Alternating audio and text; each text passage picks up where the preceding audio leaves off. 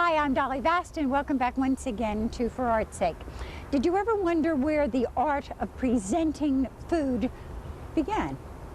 Well, maybe it was King Louis of France when he sent back the boar's head to the kitchen, and they sent it back with an apple in its mouth and a few cherries around it. Or perhaps it was Marie Antoinette when she said, "Let them eat cake." But of course, I don't mean pound cake. I want a slice of cake with a little ice cream, some syrup, whipped cream, a cherry, and a few nuts sprinkled on it.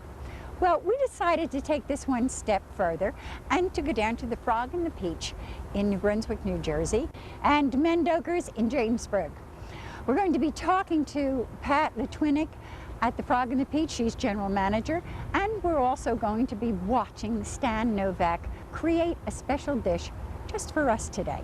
So come on in, join me. Pat, the whole ambiance of dining, fine dining, seems to have changed over the past few years. With the fast foods, two people in a family working, when they finally do get out, they want an experience. As you said before, a theatrical experience. Yes. How does this pertain to food? I think people's budgets are more limited as far as entertainment goes. So when they do go out, they want truly a dining experience. I don't think that involves necessarily pretension. For example, people, I think, really like the fact that we don't have a strict dress code. So you've worked hard all week, it's Saturday night, you really don't want to put on your office pumps and your three-piece suit. So you put on your still appropriate sportswear, come in and you are pampered from the time you come in. You sit down, it's a complete integration of food and wine, pairing of the two, eating healthy, and yet the food looks beautiful, it's full of flavors. People are eating lighter, and yet I don't think they want to sacrifice flavors, sophistication, textures, colors. I think there are many more varieties in foods to eat healthier. The vegetarian books that are coming out encompass a lot of sophisticated sauces that are derived from innocent ingredients such as vegetables, as Stan uses a lot of. It doesn't have to be boring to eat well. When a chef is hired for a restaurant such as this, do you go for his talent or artistic ability in presenting? It must taste good. There's many things, like if you've ever been to a college cafeteria, I always found the desserts look fabulous and they taste horrible. So you can't set people up for that disappointment. So probably flavor is slightly more important than the presentation, but they go hand in hand. Does artistic mean expensive? It strongly implies that. But with food in general, I find you can have flash without substance. And you can have artistic that doesn't necessarily imply quality. The ideal achievement, I suppose, would be to have artistic quality, and I think the bottom line is that the guest or the consumer in restaurants has to feel that they've gotten their money's worth. That whatever it is they paid, they feel very gratified when they leave, thoroughly satisfied with the food and how it was served to them, and the overall pleasure of their dining experience. Stan, where did the origin of presentation in food originate? As far as the origin, I really don't know what, as far as the origin, I think more or less the French set a precedence on presentation, and I guess it was more or less an era at that time, more or less leading the way through, and from there, everybody else following. Well, does every chef put their personal stamp on a dish that goes out to the public? I think more or less every chef has more or less their own personal style, like a style of cuisine, a style of what's going into the dining room, more or less than a stamp, yes. What are you going to prepare today for us? We're going to prepare two dishes. We're going to do an appetizer and an entree. Appetizer is going to be a sautéed New Jersey quail with a compote of Granny Smith apples, sun-dried cranberries, and orange confit with a ancho and cranberry vinaigrette. Entree that we're going to be preparing is also a New Jersey raised pheasant, a New Jersey free-range pheasant. It's going to be sautéed with celery root and wild mushroom hash. We're going to have truffle oil whipped potatoes, and we're going to do a chanterelle broth. Well, it sounds good to me, so why don't we get started? Okay. We're going to start by breaking down the two birds first. These birds are grown relatively close to here also. They're grown in Griggstown, New Jersey, where they have a quail and pheasant farm.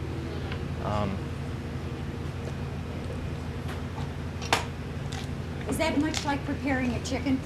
Very like, as far as breaking down most any kind of poultry or game, it's very, very similar to chicken.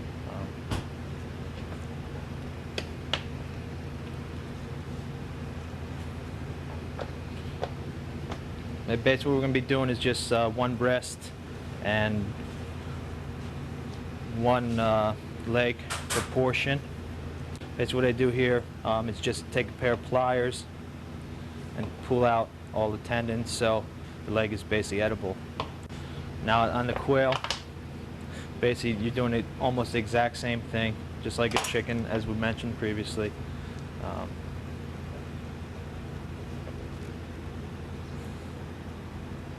But on the quail, I like to leave the feet on as far as for presentation's sake. You're doing this to torment me. I know you are. And what to do is take the thigh bone out also. It'll be semi-boneless also. All right, next step we're going to do is we're going to work on plantain chips. A lot of the plates that we do here, I like to look for a play on as far as texture, a lot of textures, something crisp, something soft. We have a lot of chips, a lot of fried garnishes. Basically, you can almost make a chip out of almost anything. And this is going to be plantain. Just going to use half of it. Now we're getting to my food.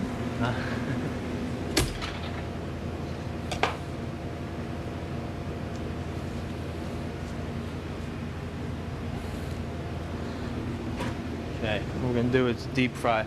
Basically, it's fried at a low temperature, like 3.25. So it's fried slowly, so it stays golden, dries it out while still staying crisp, golden color.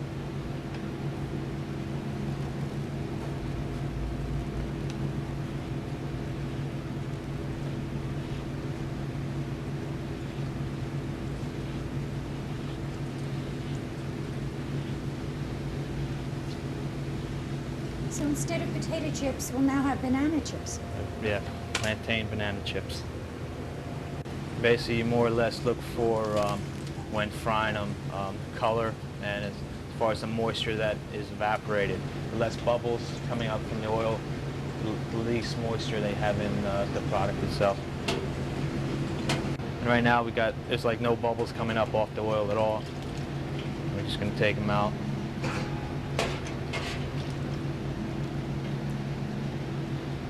Lightly salt them. As you can see, you got a nice light golden crisp color. All right, from here we're going to make the vinaigrette, the ancho vinaigrette. What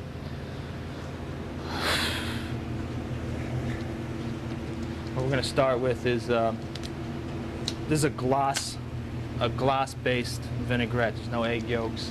Basically, it's made similar to a mayonnaise, but it's used in chicken glass, which is basically, there's an ounce of chicken glass, which is probably about a gallon chicken stock, which is reduced down to a syrupy consistency. What we're going to do is just melt this.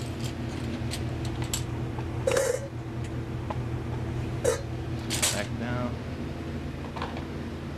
Okay, also what I have here is a cranberry juice reduction. which is about a half can of cranberry juice. What is that, about 24 ounces of cranberry juice, reduced down to about a half cup,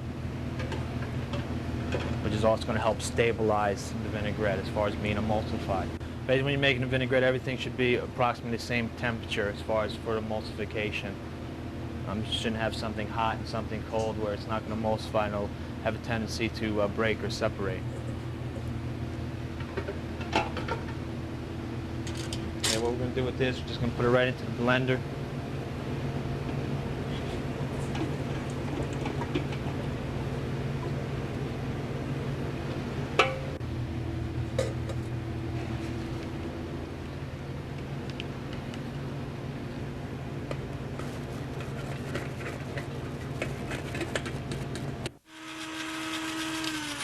And from here, we're just going to start adding the oil.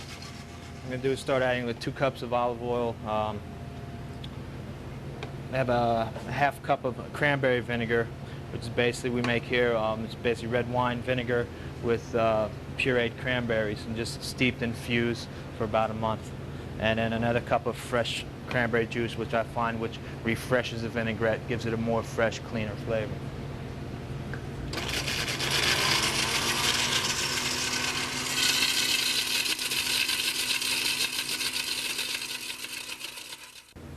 From here, we have everything, all our liquids added.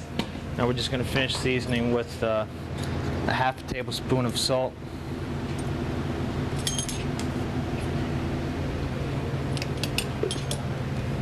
And 1 full tablespoon of ancho powder, which is basically dried ancho peppers, which basically do is take them, bring them here, put them out on a sheet tray, let them dry further till they're very crisp and brittle, and then we put them in the blender and make powder out of them. And now basically we're going to do make the compote and saute the quail at the same time. All right, as far as the compote, what we're going to start, we're going to make a small caramel.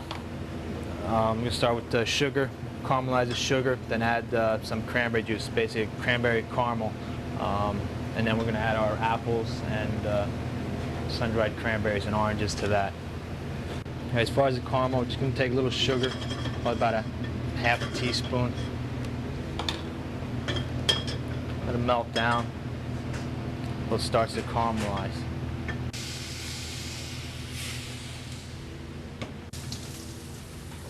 All right, we're going to add the apples, basically cook the apples down. It's about a half of an apple. Cranberries, dried cranberries, and the orange confit. And we're just basically setting the quail breasts and arranging them on a plate as far as for presentation's sake. Like I said, I'd like to see those talons sticking up nice and high on the plate. All right. All right, we're also going to garnish the plate with a little bit of Brian, you take that ancho powder, a little bit of the ancho powder, dusted around the rim of the plate, just for a little more flair presentation. And then our plantain chips.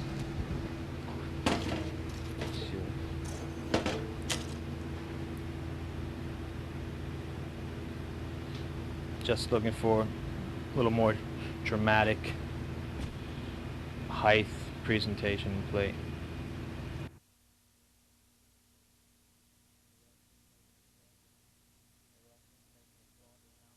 Okay, we're also going to be making a sauce now, chanterelle broth. Do the chanterelle mushrooms. What we do is save the stems. The stem is what we make the broth out of. We're going to saute a little bit of garlic and shallots with the chanterelle stems. Add a little bit of the pheasant stock that we talked about earlier. I'll take a little bit of olive oil.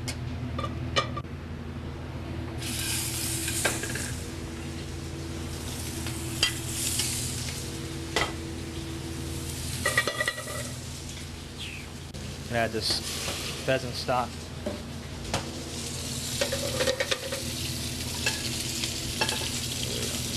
Sear the pheasant breast golden brown. And here what I'm just going to do is take it and throw it into the oven. Basically pan roasted. Now to start our hash, this is going to have a little bit of cream, but it's basically going to be the only cream, no butter, whatnot in ingredient also, no butter in the recipe also. And we're going to puree this also.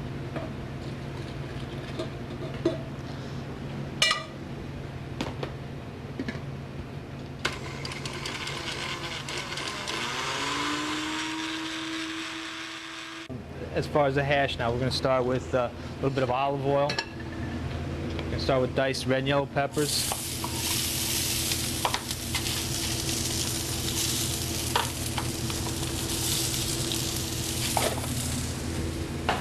And we're going to start with, say, the more thicker mushrooms, more mushrooms that take a little more time to cook, portobellos and chanterelles.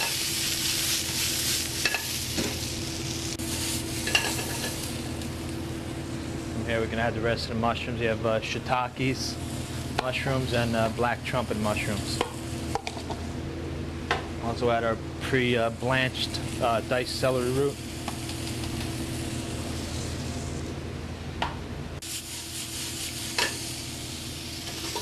And from here, and add our cream.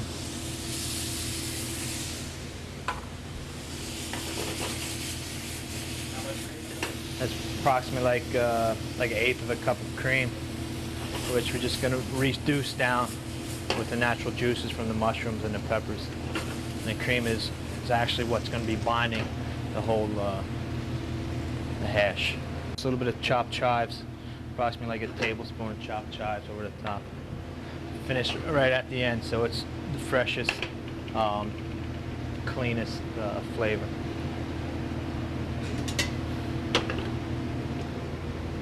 Okay, we're going to do our hash. We're going to go right in the center of the plate.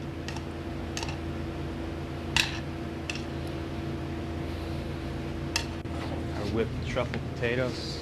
Our chanterelle broth around the outside.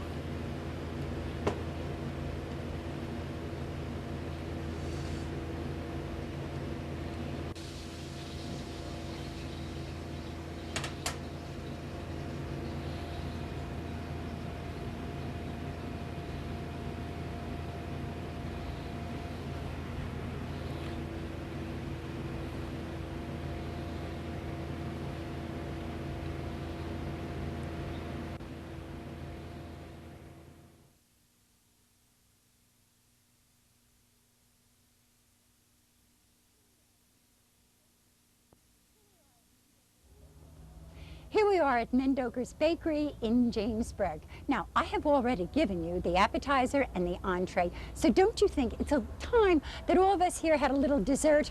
I think so. Well-known fact about Mendoger's Bakery, it is the busiest bakery in the country, and I can attest to that because you don't know how many times I have tried to get this opening down.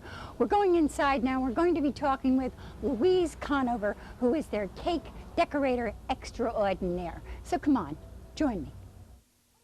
First of all, Louise, how do we start off with this? This is a regular cake base, right? This is a 2-layered cake base. It is given to me to ice, to fill, and what I do is just get the cake, I level it off, I fill it, ice it, and decorate it. And decorate it. That's all, folks, just a little bit. All right, why don't we start, and we can chat while you go. Okay, what I'm going to do is mark off part of the cake that I'm going to have to put my decorations on. So I divide the cake into quarters, because this is what this cake's going to need for the wedding.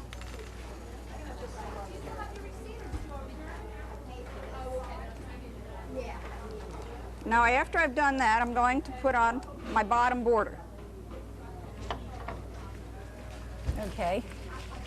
Now, these are just sleeves This filled is a with pastry bag with a large star tube. We have many kinds of star tubes. Right. This is a large French star tube. I use this as my base. Let me hold border. this for you. I'll tell you. Oh, is this tempting not to put my finger in this down here? Ah, what a sugar rush I can get today. Really. And I'm doing what is called a reverse shell. happy with this at all? Well, you want to turn while I ice? Sure, I can. Okay. Keep going. See, I can get a job as an apprentice. There you go. What I'm going to do now is make a swag through there, and I have another bag, and this bag has a coupler. This coupler allows me to change tubes without changing bags. Well, that's pretty neat, because usually you have to have a bag for everything. Bag for every tube. There was a time when we had to have a bag for every tube, but now, since we use several different tubes on one cake, I use no more than 4 tubes per cake. And this is a swag border. Okay, okay. Now I'm self-taught, so what I'm doing is something that I've learned on my own. Expert cake decorators might feel that it could be done a little different, but that's... But doesn't everyone have a style? Everybody's got their own style to do, so we were talking to the chef at the Frog and the Peach, and this is what he said about cooking, that everyone had a style. Right. Everybody has their way of doing things, as long as the outcome works. As long as it looks good at the long as end. It's the end product that counts. Exactly. I love the ease with which she works. If you've ever done this, I have seen those papers slip out of the hands. You're so A lot of years smooth. gone into making bags. You're so smooth with it. Zip. How long have you been doing this? About 22 years. I've been here at Mendoker's since the very beginning, before they've become the big store they have, which has been kind of fun watching it progress. Oh, I bet it has. Now, all we just pipe out, see, that's a no-no. I know, but you could just take your finger. Yeah. It's warm in here and the icing is soft.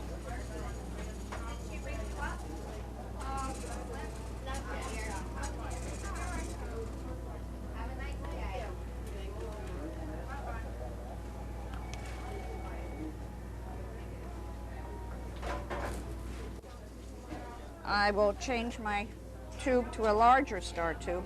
Most of the work I do is with star tube or a small rose tube. Rose tubes come in large and small too. And this is also going to be a reverse shell. We put a plastic covered cardboard on top. It allows us to put the ornament on top of the cake without the ornament getting filled with icing, and we find that works out real well. All right, I am just going to put little petals.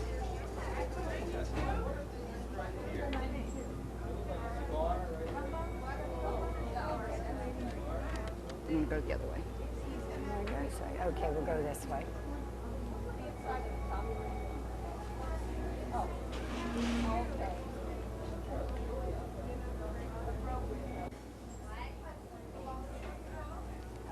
Now we're going to come down the side of the cake, start down, and we'll put our first one.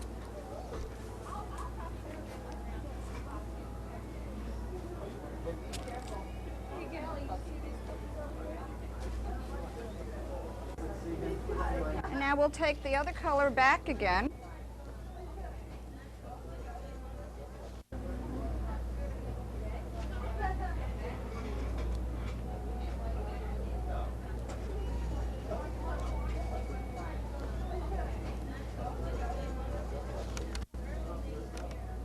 Now that's the flowers on that. We're going to add our leaves. I like to add a little bit of the color of the flowers to my green, my leaves, so that it sort of blends in a little better. I find that this adds just a little bit more. All right.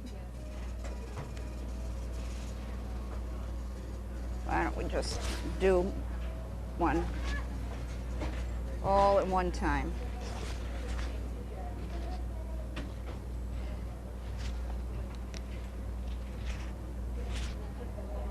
Why did you decide to go into this part of the bakery?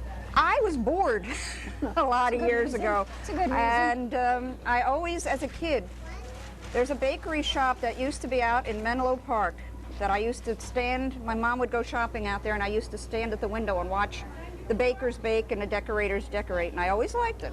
Well, So that's when- fascinating. It is. And when I decided I wanted to do something, I sent away for equipment and the books on how to do it, and I taught myself and sent my kids to birthday parties with birthday cakes. And that's how it all started. That's basically it. And So what would go on the top well, of this now? it would Any be the kind of wedding an ornament would go on top of that now. And the bottom tier would be decorated just like the top tier. And in between the tiers, I would put some flowers of the same color. Oh, not real ones. No, unless the Do they people ever ask for Oh, it? I yes. was going to say yes. that, We yeah, have yeah. a cake this weekend where they want it plain white, and they will go ahead and put the fresh flowers in the center and coming down the sides of the cake. It's pretty. It's Very very nice. pretty Turns too. out We real did good. that with one of our youngsters' weddings. Yeah, it it was looks fun. really nice. Well, Louise, I know you are very, very busy. This is a Friday morning, and Yes. you're so rushed back there. But I do thank you so much for giving us time, and it's Thank you. It's fun meeting you. I enjoyed it very much. Thank you much. Well, I hope you have all had as much fun as I've had today and enjoyed our gourmet day. Take care, and I'll see you all next month. Chow down. We're rolling whenever you're ready. Oh, okay. Gotta get in the mood for this, though.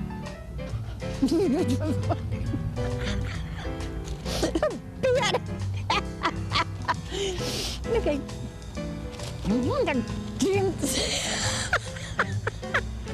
This pizza. I give up. I give up. This damn thing is going to take us all day to finish.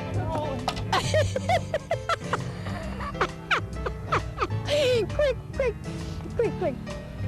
All right. Are we rolling? Okay. He's hanging out. He's hanging. Okay, okay, come on. Oh, now he's over here. This one is very good. I'm him.